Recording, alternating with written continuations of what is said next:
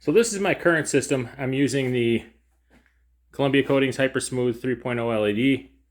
And as you can see, it uses rubber tubing. And I set it up with 5 hoppers with independent hoses, just so I could not have to clean the hose out quite as often. But it's still quite a bit. Now I found some connectors that plug directly into the bottom of the gun here. And they're basically a quick disconnect. It eliminates the hose. So these connectors you install in your hopper, and then you can just plug your hopper right in the bottom of your gun here instead of having to clean a hose every time you change out colors. My issue really is with the quality of the factory components from Columbia Coatings. It's not good. It's not good. At least not with the hoppers.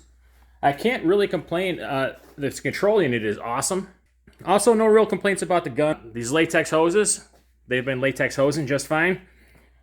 But all the hardware for these hoppers is just junk. I'm a member of the Lamier Systems forums. It's a phenomenal source of information. Everybody there is very helpful. I've learned a lot there.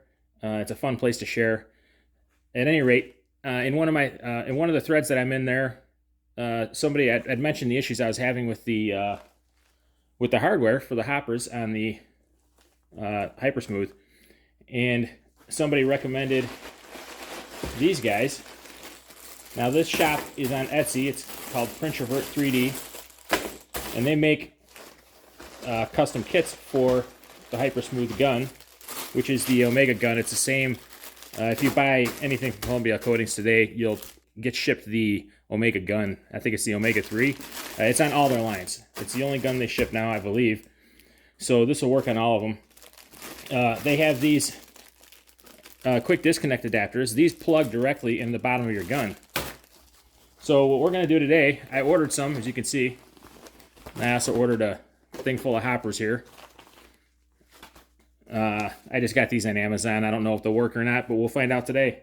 At any rate, this is the shop. Real fast order and shipping. I ordered these on a Monday. I had them in my hands on a Friday. I've ordered something from them before. I ordered the cap for one of these hoppers. And it's actually in one of the original hoppers right now. It's one of the ones that's not leaking. So I decided to take a chance. We'll get these kits from these guys. Hopefully eliminate the latex tubing from at least 10 hoppers. There was a deal, you order 5, you get 1, so I ordered 10, and it was nice enough to send me 2 extras. So we'll get a dozen of these things set up. We'll plug them in, and we'll run the system. We'll powder coat. I've got a headlight cover for an old 70s mini bike for a friend of mine's youngest son, and we're going to powder coat that headlight, see how the fittings work, and we'll report back. We're going to start with step 1. They did mention here to use a step drill when drilling the 3/4 hole. It was nice of them to add that tip in there. I can speak from experience. When you're drilling plastic, step drill is the way to go. Plastic has a tendency to crack when twist drills go through them, especially larger diameter twist drills. I believe the lids I've got are metal, but we're going to use the step drill anyway because this is fairly thin metal. So I recently did a job out of state, and I believe I left my set of drill bits that has the step bit there. So I'm not sure how we're going to do this. I may wind up having to get another step bit, but I can try this for now.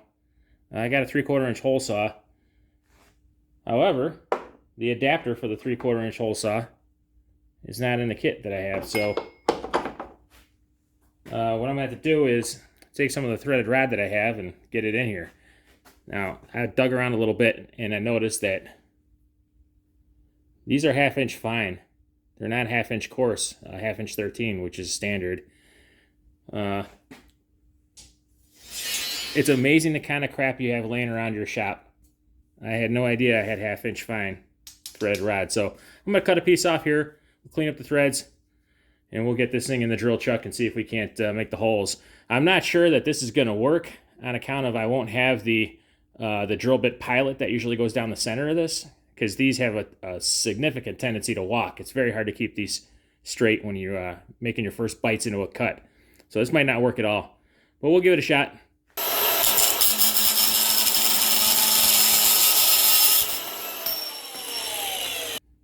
You know what I'd really like to do is run a couple nuts down here and jam nut this to this position, but I don't have fine thread 1/2 inch nuts.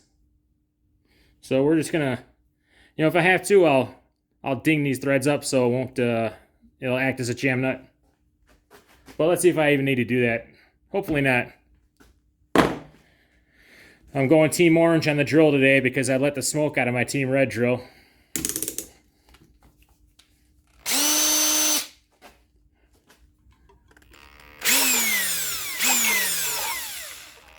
I have an idea. See if we can use some kind of a pilot. It's a little better. This might work. I'm gonna chop a piece of this off.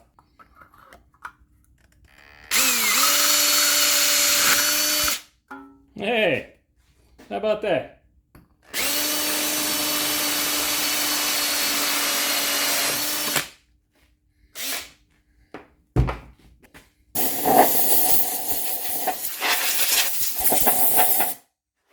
Now these are 3D printed, and they do mention in the shipping papers, it's 3D printed plastic, which means it is fragile. They shipped a little, like 10-inch piece of air supply line with this, and I was wondering what it was for until I read the instructions. It's meant to be used as a guide. So you're going to feed the air line through the bottom, plug it into this bad boy here. And pull it right through there.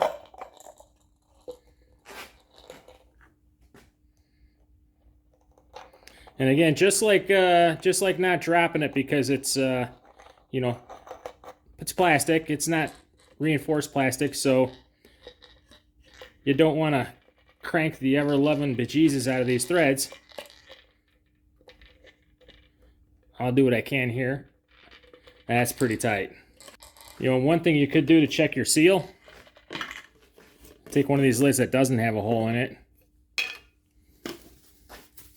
grab one of the seals that came with it. By the way, these seals, these are not impressive at all. It's just foam. It's just foam. It may make an airtight seal, I don't know. So pop your little seal in there.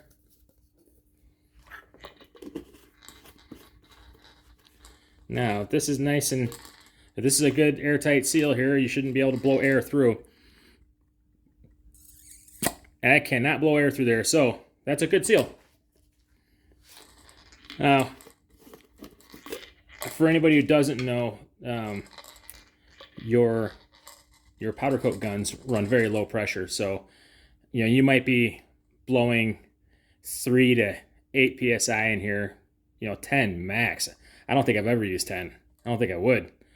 But if you can blow in here hard and not have it pop out, it's probably good. One thing's for sure, we're gonna find out. So let's do the top. I'm gonna have to take myself one of these seals and make a hole here. So we're gonna get this kind of close. All right, let's torque her down as best we can. Now this one's gonna be a little harder to check your seal. I guess we could, since we know this is sealed. Gonna need the airtight seal here.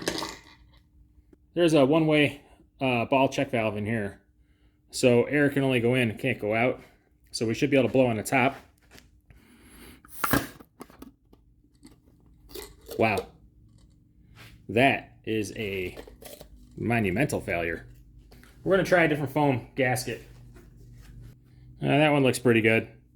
It does look like it's going pretty tight to the edge all the way around, so maybe we'll get lucky. Well, this one works good. Yeah, maybe I just had a bad gasket on that other one. So with these Omega guns, you have this, let's move this a little more into the lights. It's easier for you to see. You have this quick disconnect down here. You're just gonna pull that collar up and then remove that.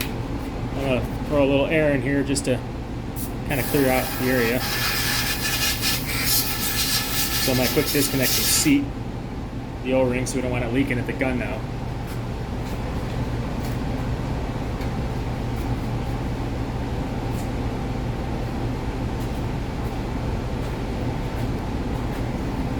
Okay, and again, just like before, you're going to pull this collar up, pop it in there. You are in. Now that's a lot of flex in that lid. I'm going to definitely have to get different jars because these are not nearly strong enough for this. So now we got to put our air line in here. And this is just a plug-in fit. I don't have to blow this line out because we're using the exact same powder as what's in there already. Not going too far, but we'll see. Let's get the air plugged in and see how she does.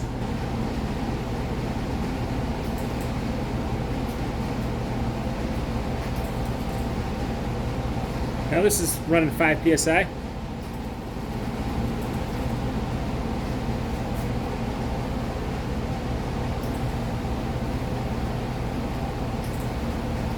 There we go. This is running 2 psi. You can see the hopper's really kicking it up, the fluidizer. So I had to put some plugs in here because these are openings that I don't want paint to get in. Got a threaded fastener here, so let's get this thing sprayed. See how the gun holds up.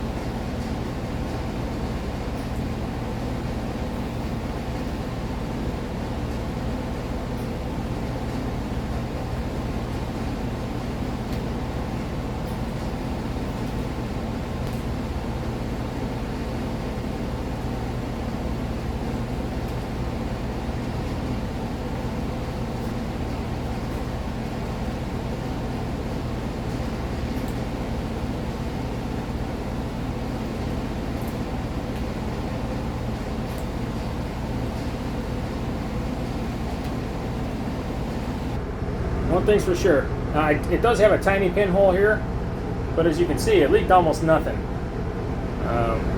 That's great. No leak on the bottom whatsoever.